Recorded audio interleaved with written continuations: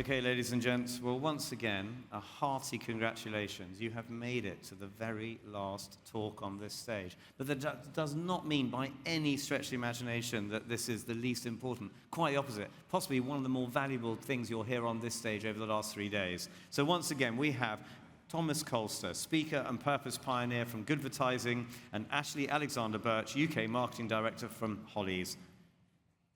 Ladies and gents, take it away. Thank you. Wow, what an applause. Yes.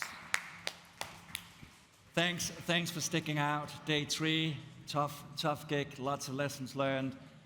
I'm gonna try and share a little bit about building more meaningful brands. And afterwards, Ashley's gonna join me on stage from Holie, and we're gonna share some fucking awesome real life examples, okay? Last couple of years, more than 15 years, I've been on a mission to craft better brands. And to be honest, right now, what the hell is going on in our industry?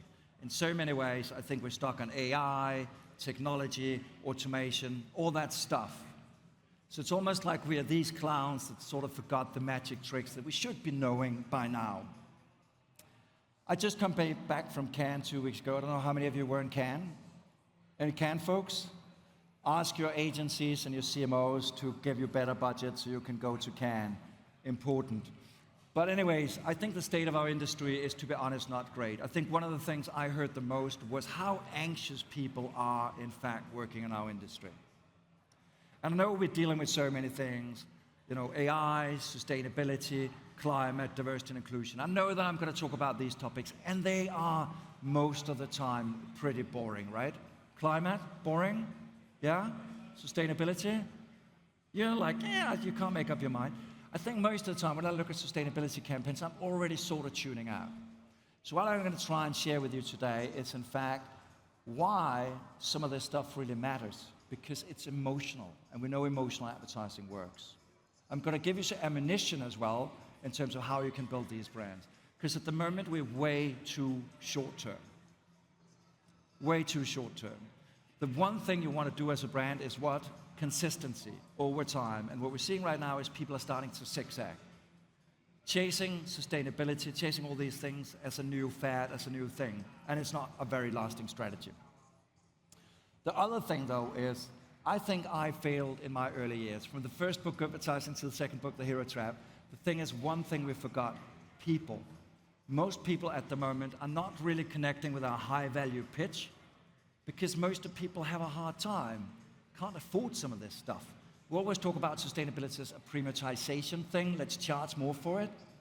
Why not invite more people on board? Why not invite everyone? So one brand I sat down with, it's a very well-known brand, a couple of years ago at Advertising Week, John Schoolcraft from Oatly. All of you know Oatly, right? Yeah? Oatly, Swedish brand. I'm from Denmark. It's just across the bridge from where I live. What's fun about Oatly, it's been around since 1970.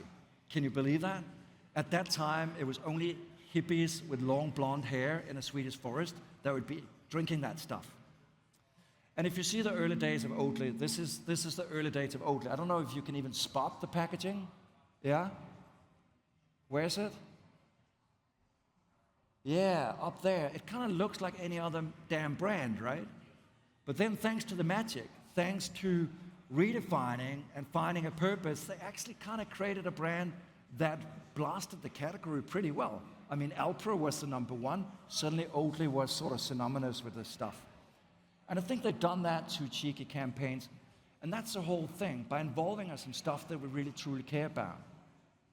Let's remove the fucking sustainability language. This is about finding something that people want to talk about, that they want to share, and even use it as a little thing to go up against competitors. Provoke your competitors. It's just more fun. Because most of the time, unfortunately in this space, it's just boring. And if we look at how we usually, try and inspire crowds, audiences in this space, seeing a bit how committed they are people willing to put on a branded tattoo? What I see in the sort of Goodvertising sustainability spaces, there's a damn lot of emotions. I don't know when you last time had a campaign that people hated or loved so much they were fucking burning your product. I don't see that a lot. For me, That's a pretty, that's the top, the heaven of advertising, that somebody could eventually care so much about your product. Or take recently, I thought this was kind of fun, Harley Davidson folks. I mean, you would think these guys are some of the most liberal guys, right? I mean, look at them. It's like grandpas. I don't know if you followed this, but just the fact that Harley Davidson had a diversity and inclusion course made these bikers so fucking angry, so they blasted a fully automatic rifle at their Harley Davidsons. Again, if anybody wants proof that some of these topics move people, here you have it. It does damn work.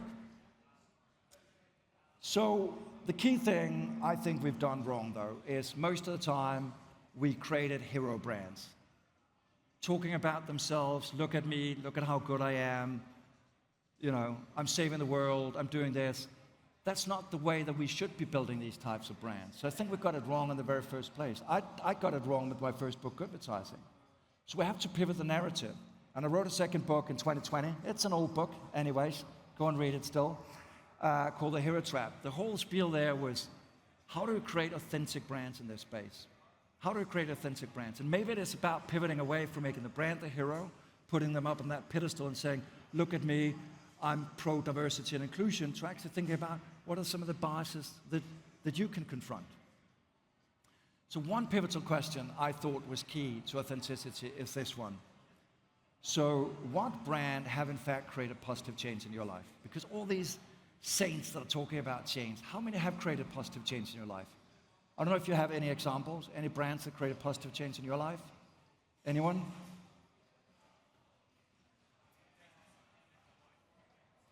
I can't hear shit, but I'll pretend.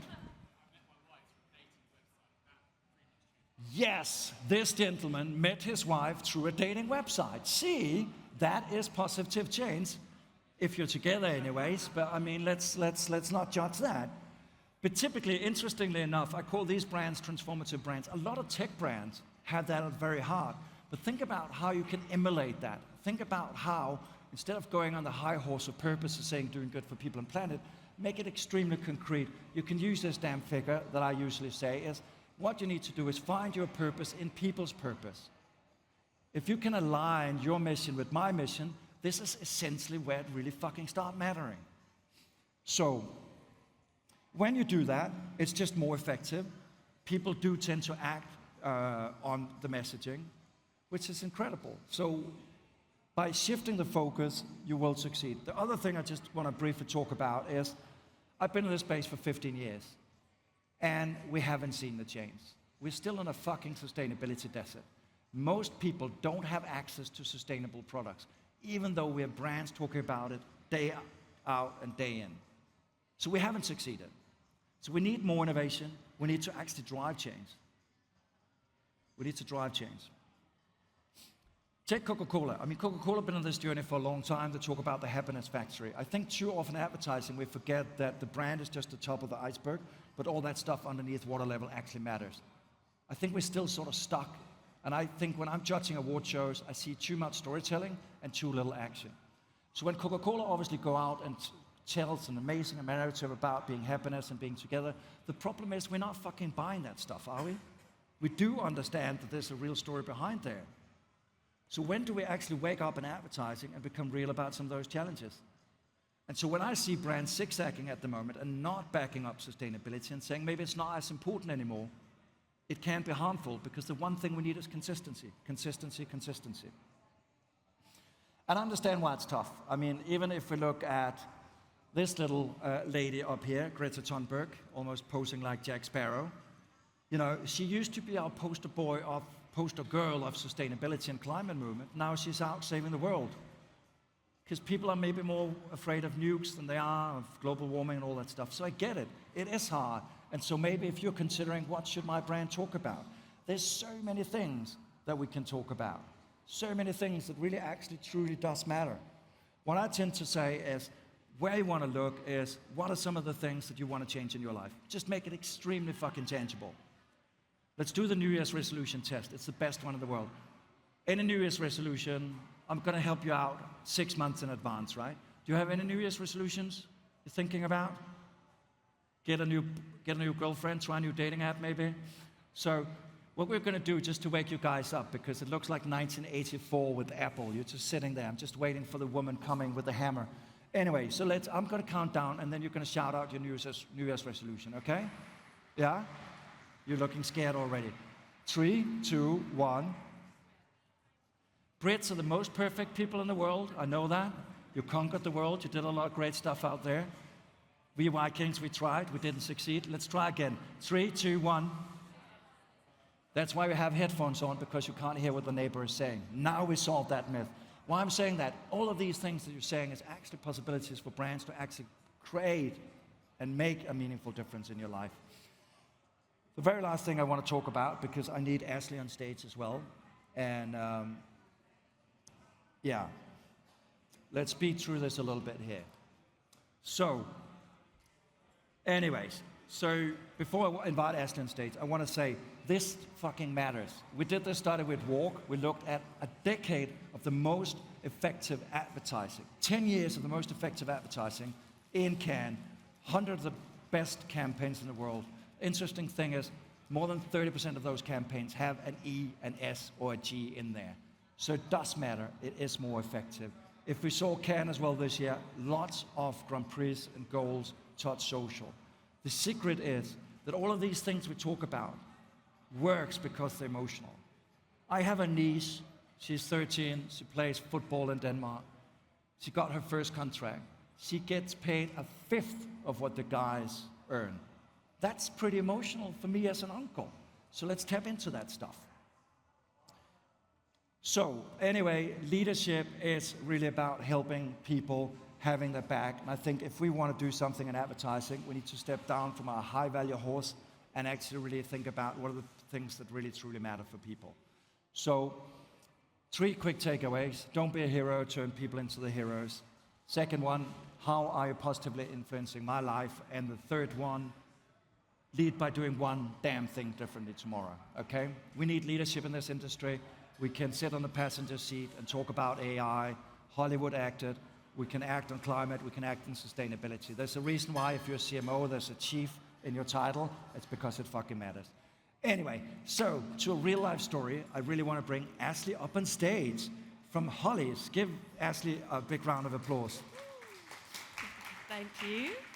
Thank you. How many of you know Holies? Let's see a wave of hands. Good. Perfect. Anyways, Perfect. we're gonna dive into that. We're gonna dive into that, which is gonna be a lot of fun. This is Holies. Yeah. Welcome, this is Ashley. the product. So, I'm gonna give you this one. Thank you. So, I just talked about this idea of using things that really matters in people's lives as a driver of change, and it's a really important brand platform.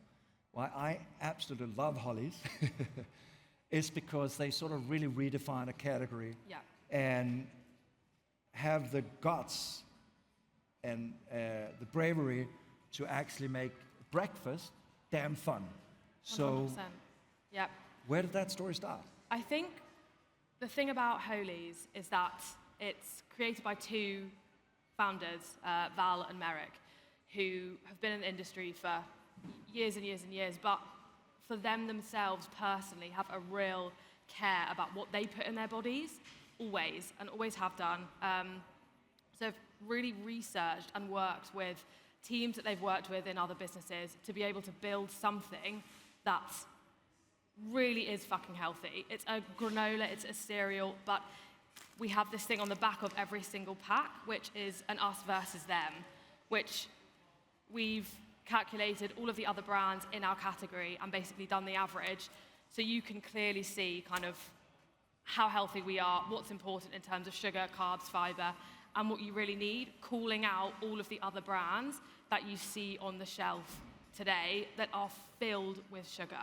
But I have a video. Which is absolutely crazy, right? I mean, every brand for so many years have talked about getting rid of sugar and fats, and yet still we're here in the sort of sustainability desert where we can fucking fix this stuff. So I think this is a real important driver of this. Yeah, 100%. I have a video, I think, that just explains a bit more.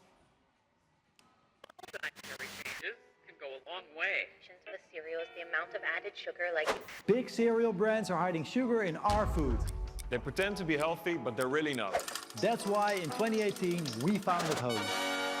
We're on a mission to challenge the food industry with a bold, better and healthy alternative. We never add sugar or sweeteners. We're packed with protein and fiber, and the crunch is out of this world. What started as a crazy idea has grown into the fastest growing cereal brand in Europe.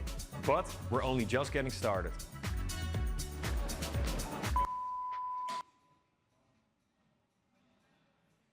And they really are just getting started. Absolute domination across Europe, being the second fastest growing cereal brand over there now, and they've only been going since 2018, and there's some big players in the industry that they're absolutely smashing on every single shelf, so it's really cool. And I really love that about the simplicity of this narrative, right? And also for those of you who work in advertising and are scared about AI taking your jobs, one of the founders is actually an old art director guy who has now become the king of breakfast cereals, which I think is quite interesting. But so one of the things is it's obviously easier just to say, okay, we're fighting sugar. But you talked about this thing about sort of like the health crisis. I think there was news out recently. I don't know if you picked that up, but 1 billion people on this planet right now are seriously overweight, where it has serious health implications. So how do you guys do something around that?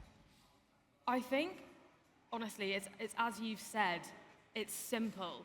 We want this to appeal to every single human being on the planet. You don't have to be a nutritionist or anything like that to really see this product and understand what we're talking about. So I think that's the first thing. When you look at the pack, clearly on the back of the pack, you've got us versus them. It tells you everything that you need to know, and it's not too preachy, which I think's amazing.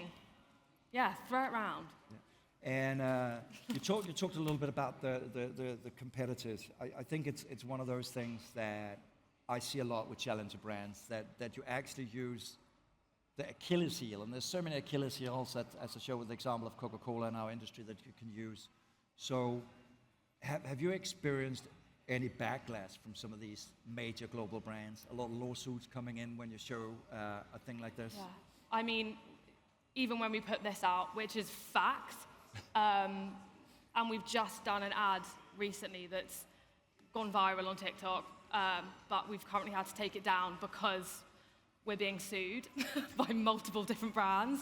But that's fine. I'd rather that than not do anything at all, not talk about the problem, and not talk or call out what you guys are eating. Because at the end of the day, that is the core of this brand, and that's all we really, really care about when it comes to launching into retail. Anything we do on Instagram, anything we do on digital, it is about the product and the ingredients.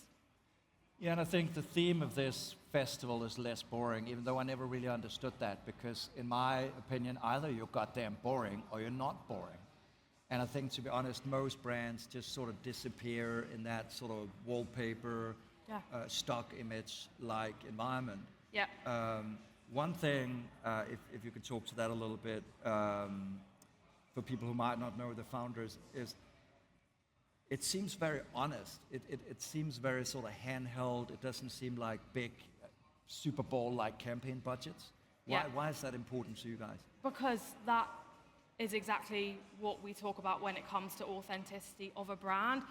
We aren't a big player, but we are selling like a big player. We have small budgets. We have a team of 4 people in the Netherlands that are the creative director. They film, they edit, they do absolutely everything, and they've been a part of this brand for nearly 6 years. So they've been there at the beginning and had a vision of exactly what they want to where it is now, and it's massive, but it's still the same team. So, you know, there hasn't been agencies pulled in. Not that that's a bad thing at all, but this is how they've chosen to run with it. And then, because now we've launched in the UK, we've got this whole team that already knows so much about the brand that, it makes it a lot easier when we want to create campaigns, when we want to direct initiatives on digital, or if we launch into a retailer, we've got a team that can kind of shoot it all there and then. And I think by the end of the day, and I think we forget this a lot of time, especially when we start working for big brands, that our industry is a people industry. By the end of the day, we people can do amazing work, right? You just actually recently joined Holies from a role at Liquid Death, which is also another quite challenger brand that sort of likes to push the boundaries for what marketing and advertising can do. But where do you sort of, how much do you think culture plays into this as well? Because Massively. yeah, Absolutely massively. I'm sure you guys have all heard of Liquid Death or have kind of watched them grow to the brand that they are now. So coming from Liquid Death, who have really created a cult following, like literally a cult following, kind of terrifying, but amazing, to Holies, who, we want to do the same thing, but we want to just make it so it's not scary. It's not scary to talk about health. It's not scary to want to learn about what you should be eating in the morning, and we want it to be fun, have a laugh in the morning. No, that's kind of what we want, really. So yeah, hopefully you'll see us soon, or not. it's kind of, I always feel like it's fun. You have the founder there in a nightgown, Yeah. sailing down the canals in Amsterdam. I mean, sometimes I feel we get so obsessed with digital. Yeah. And even though digital is a channel, it does seem like a lot of that is built on very sort of tangible stunts or guerrilla stunts almost. 100%. Again, like everything is done with the internal team and Val and Merrick at the core of everything that they have ever done. So they are, such recognizable figures within the industry, but also running around the streets of Berlin naked, wearing a dressing gown.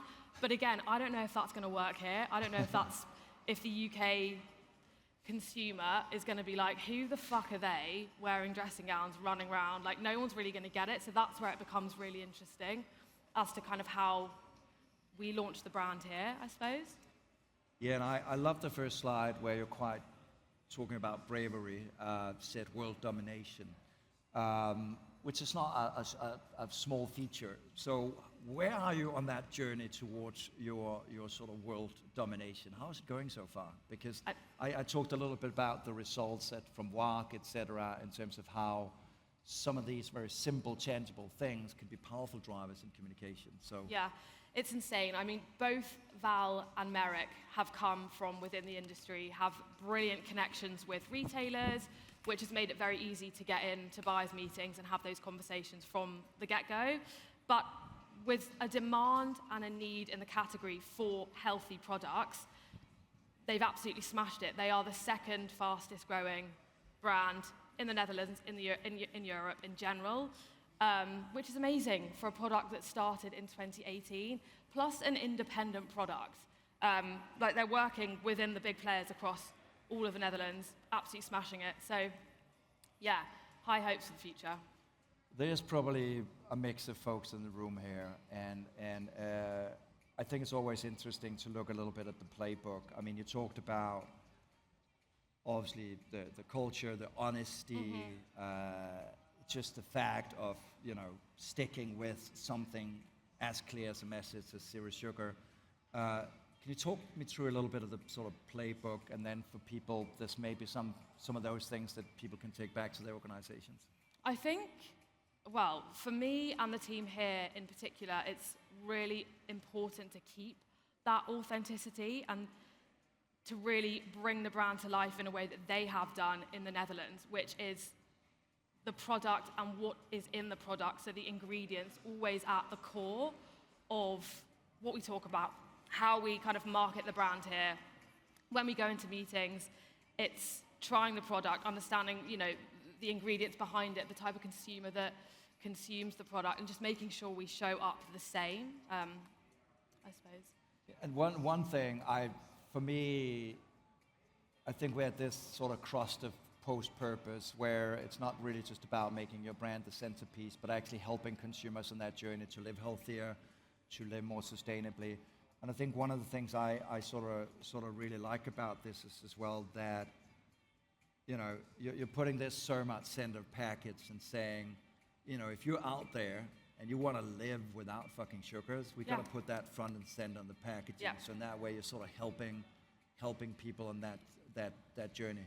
Even if we get sued over and over again, it still will happen.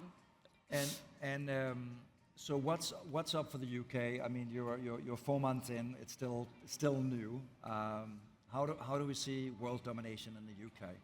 Well, it's happening really, really quickly. We've got some kind of brilliant interest with retailers across the UK because, I mean, the category speaks for itself in terms of education. There are so many brands, so many influencers, so many content creators talking about, you know, the health and wellness space.